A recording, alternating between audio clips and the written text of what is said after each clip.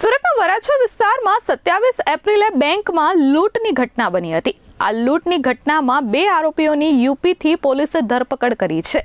આ ઘટનામાં મુખ્ય આરોપી બિહાર જેલમાં બંધ છે। કુંદન ભગત નામના ઈસમની સંડોવણી સામે આવી છે। સુરતના વરાછા વિસ્તારમાં 27 એપ્રિલના રોજ બેંકમાં થયેલી લૂંટની ઘટનાએ ચકચાર મચાવી હતી।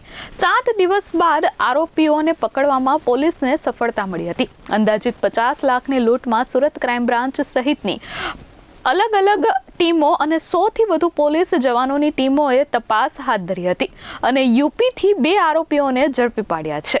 આજે પકડાયેલા 2 આરોપીઓને સુરત લાવવામાં આવ્યા હતા, જ્યાં તેમના નિવેદન લેવામાં આવતા નવા ખુલાસા થયા છે। આ લૂંટના તાર બિહારની જેલ સાથે જોડાયા હોવાનું સામે આવ્યું છે। આ લૂંટનો માસ્ટર માઇન્ડ કુંદન કુમાર ઉર્ફે કુંદન ભગત હોવાનું સામે આવ્યું છે।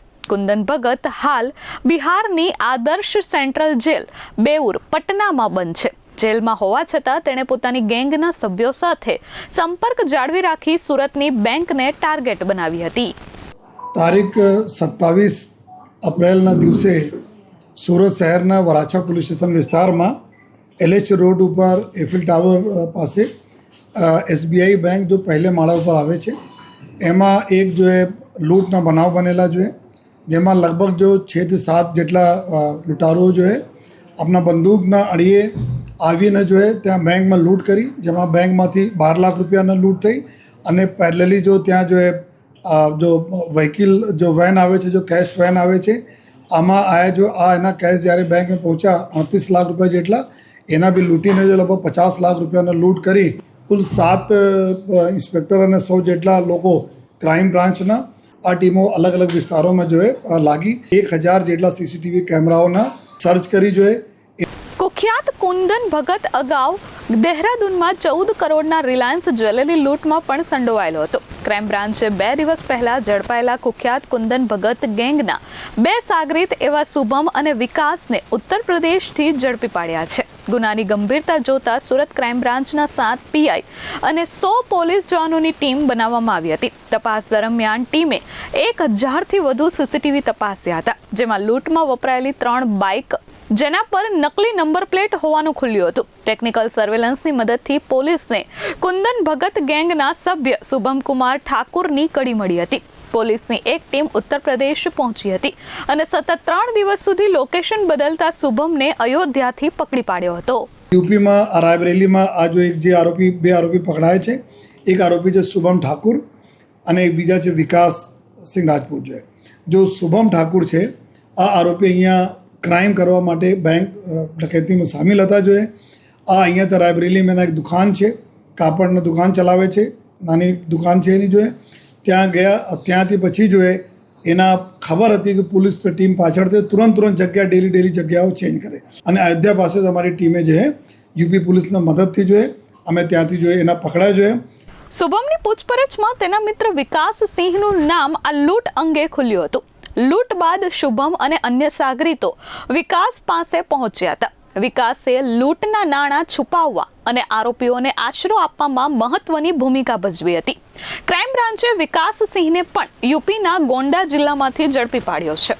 આ બંને આરોપીઓ પાસેથી લૂંટના 93,000 અને 3 મોબાઈલ ફોન રિકવર કરવામાં આવ્યા છે। ઝડપાયેલો આરોપી શુભમ ઠાકુર બિહારનો નામચીન ગુનેગાર છે। તેની સામે બિહારના બારુગંજ અને બ્રહ્મપુરા પોલીસ મથકમાં હત્યા, લૂંટ અને આર્મ્સ એક્ટ હેઠળ ગંભીર ગુનાઓ નોંધાયેલા છે।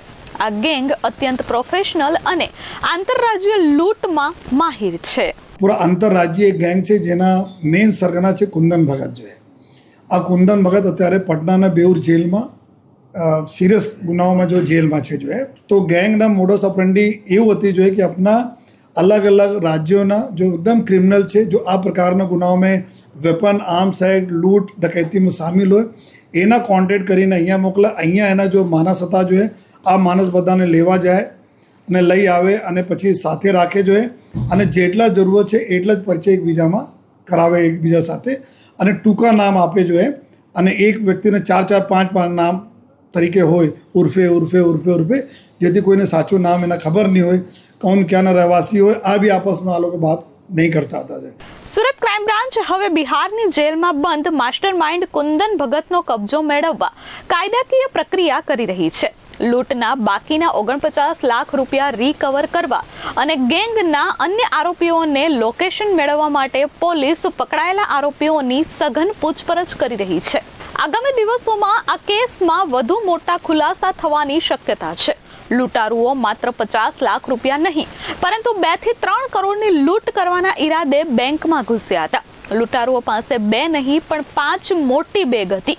જોકે નસીબ જોગે તે સમયે કેશ કાઉન્ટર પર અને કેશ વાનમાં અપેક્ષા કરતા ઓછી રકમ હોવાથી તેઓને માત્ર 50 લાખથી સંતોષ માનવો પડ્યો હતો અને ઉતાવળે તેઓ કેશ વાનમાં જ મોટા ભાગની રકમ છોડીને જતા રહ્યા હતા.